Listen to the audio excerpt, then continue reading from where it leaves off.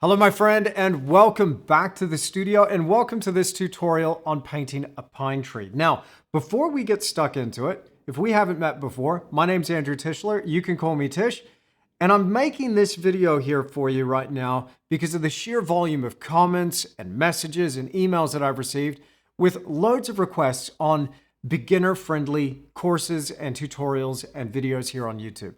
So I want to share with you right here in this video how I paint a pine tree. Just a pine tree. Very simple. Here's my reference material. You're going to notice something about that. It's a pretty average photo, isn't it? This was just shot from the road of a pine tree on a bank as that road's cut into that bank. Now, I'm not going to be painting this full photo. I'm not going to be copying this photo. What I'm going to do is I'm going to crop this image, and this is what I'm painting. Now, before we get underway and we play this video, I want to give you something right now. I want to give you the full version to how to paint a pine tree. It clocks in at about an hour and a half long. It's a complete breakdown of all my techniques, and you can get instant access to that for free by just clicking that link down below. Make sure you check it out. But stick around because I'm going to be sharing with you a few of those techniques as we breeze over this process here in this free YouTube video. I hope you enjoy. Now here's the materials I'm going to be using for this project, and my Blue Ridge handmade oil colors are these following colors that you can see here on the screen, and I'll also link to that in the description down below. And my brushes as well, made by Rosemary & Co, of course. I'll link those down below as well. We're going to start things off here with our line work, and things always begin with line and shape. I'm going to mix up a combination of burnt umber and quinacridone magenta using my synthetic pointed round number 2. And here I'm just sketching up the composition as I saw it in the reference material. Now we're just creating a simple study of a pine tree, working directly from that reference material. And I wanted to make this demonstration as beginner friendly as I possibly could. Once I have my overall shape, and it's pretty simple as you can see, I start to work on a dark tone, a combination of burnt umber, ultramarine blue, a little bit of quinacridone magenta, and a touch of cobalt teal. And I start to mix in my dark tone of that pine tree. Now, one thing I like to do when I'm painting trees is start off nice and general. So I get the overall shape first. Sometimes working with your darker tone can help just establish that shape on the field. Now here, by the way, I'm working on a imprimatura colored primed linen. And that imprimatura is a combination of burnt sienna and burnt umber. I'm mapping out the dark tone of my tree first using a bristle dagger brush. But once it's set firmly in place, I start working with whatever's furthest away and bring this forward towards the viewer. Now here I'm using a long filbert number 2, and I'm going to mix in some very simple combinations for my sky. This is predominantly ultramarine blue, burnt umber. Those go together to make a nice neutral gray, and I've added a touch of white to this. And the only white I'm using here is titanium white. Now often I like to use a lead white as well, but I wanted to keep this nice and straightforward, so it's just straight titanium. For the blue of the sky, I use a combination of ultramarine, cobalt teal, and white. Now I'm going to treat this in terms of zones, big shapes, and paint out each of these big shapes first and apply only a little bit of detail and brushwork here and there. It gets a little more detailed as we go further in the process. With my mountain, I notice that there's a distinct cool blue shift that's happening with the shadow that's cast by these clouds onto our snow above. Now using a bristle brush will give you chunkier brushwork, a little bit more of a painterly effect. These bristle brushes naturally carry more paint, and so I make sure I reload my brush continually as I go, achieving more effective strokes. There's a little bit more of a brownish golden quality to this hill as I travel downwards and bring this mountain closer towards the viewer. Another thing that happens as we get closer towards the viewer is the values of our shadows get much darker. Here I'm getting a little bit deeper with the blue as we approach this pine tree here in the immediate foreground. Now, paying attention to my values in this way helps me achieve a sense of depth right off the bat. In next to no time, we've established firmly the shape of our pine tree against a pretty simple background. Now, if you're paying attention, you'll know that that photograph that I'm painting from is absolutely terrible, but I wanted to choose something nice and simple here to make this as beginner-friendly as possible. When I cropped that image, it seemed pretty nice, just in terms of the beautiful shape of a tree against a nice sunlit bank. Never mind that it's on the side of a highway. Now, our bank is a combination of white, raw sienna, and burnt umber.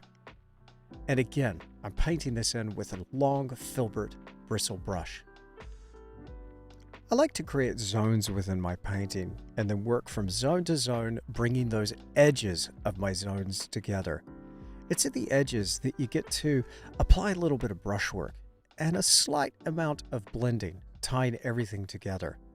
However, some edges are supposed to be sharp and some slightly diffused.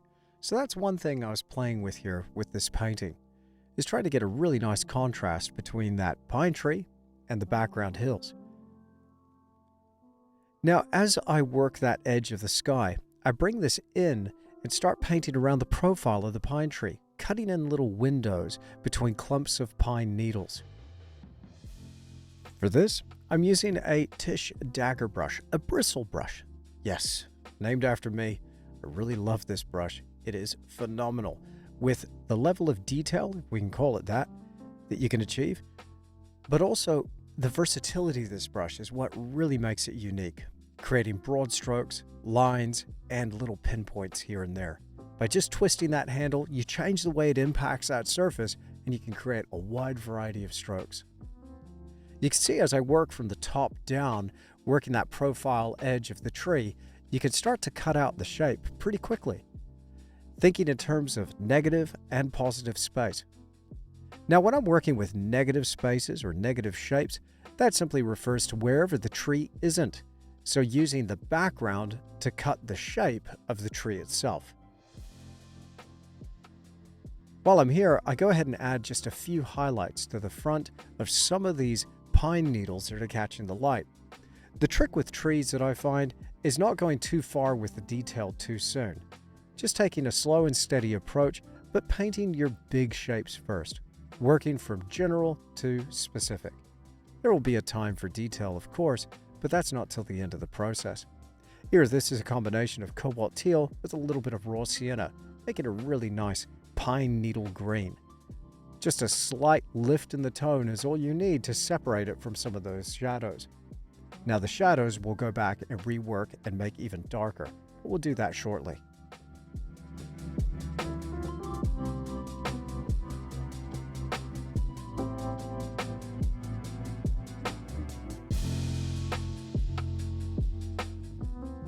Now with the number 2 filbert brush, I load this with a little bit of that darker color. I can use ultramarine blue and burnt umber with just a touch of phthalo green to achieve the depth of the tone that I require. While the surface is still wet, I'm applying some of this deeper tone and more firmly establishing the shape of that pine tree. You'll notice the ghost of that imprimatura showing through. That's that underlying color that I start my painting on. And this is completely dry by the time I start my painting, so I'm not lifting it up into any of these colors. The warmth that you see coming through is simply the thinness of the film of paint, allowing for some of that heat to travel through that initial layer of paint. But I really like this warmth. It ties all of the colors together. It gives me color coordination right off the bat. I'll use my filbert number 2 to even draw in a few of these pine branches. Now, just a reminder that what you're seeing here is the short version of a full demonstration that you can get for absolutely free by clicking that link down in the description below. I want to send you the full version of this pine tree demonstration for nothing and help you get the edge when it comes to painting trees. Trust me, even though this is a simple painting, there's a lot of techniques here and a lot that we have to talk about. And this is one of the first demonstrations that I've made available that is totally beginner friendly. It's simple combinations of color, some simple techniques, and it will have you painting a pine tree like this in one sitting. And again, you can grab that for nothing. All you got to do is just click that link in the description down below, and I'm going to send it right to you. Now I'll go ahead and feather out a little bit of this pine green, this highlight color, towards the fronts of some of these pine needles to bring a little more dimension into the tree. You can already see a general trend within this pine tree where it's catching that light towards the right-hand side. But we're going to amplify this even more. Now I have a little saying, you might have heard me say this before, but save your tonal best for last. Now, even though we've got some pretty bright tones with the sky and also some of that snow on our mountain beyond, we're going to gradually step up the tonal value, so the brightness of some of our highlights within the tree, getting more and more amplified and bringing it out so it appears a little more three-dimensional. But I always start off muted, a little bit stepped back, and then we just gradually step that up in terms of chroma, so the intensity of color, but also the tone. Now here I'm using oils, as you know, but you can apply these techniques absolutely with acrylics, just following a similar process. With acrylics you can layer as well, but I would encourage you to make the switch to oils because they're just so much more vibrant, and the color quality as well as that surface quality is just so much better in my opinion. But hey, if you want to stick with the acrylics, you do you, that's all good. A lot of these techniques will translate.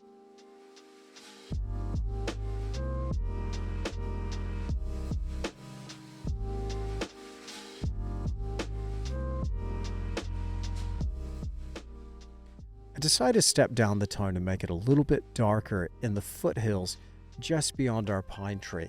This will help that pine tree sit in this picture plane and within the overall field that we've established here by having a medium step or somewhere between the pine tree itself and that distant mountain. You can even use the end of your paintbrush to scratch through, showing a bit more of that imprimatura for some extra texture effect. I then apply a little bit of a slight yellow highlight to the fronts of some of these trees catching the light. And with an old trimmed fan brush, we can achieve some grass details here of grass that's illuminated by that sun, contrasted against the deep shade of our pine. I then decide to add just a few details here to the bank in the immediate foreground. I keep it pretty simple though, with everything that's surrounding our pine tree and that foreground, so we really focus on the pine itself. Now overall, this is just a study of a pine tree. It's something that we can use to practice our techniques in case we ever want to add a pine like this to a bigger landscape painting. But this is part of our tree series that we're doing right now as a full tutorial and also as a shorter version over on Tisch Academy. In the full course, whether it's the full tutorial version or the Tisch Academy version, there's a multitude of tree species and also full demonstrations on scenes featuring trees from autumn trees to mossy forests to winter scenes. There's a lot of material there. So check it out. All of those links are down below. But right now I want to send you the full hour-and-a-half version of this tutorial for free. That's right, for nothing. I'm going to send it directly to you. Just click that link down below. We'll make sure that's the top link in the description. Thanks so much for joining me in the studio, my friend. There's my little painting of a pine tree. I hope you like it. If you learned something, then check out that full version, and I'll see you again in another video. Well, my friend, I hope you've enjoyed this video and you've come away with a technique or two. If you want to take your techniques even further, I want to send you this tutorial, the full version, for free. All you got to do is click that link down below and I'll send it to you. But thank you so much for spending this time with me here in the studio, and I'll see you again in the next video.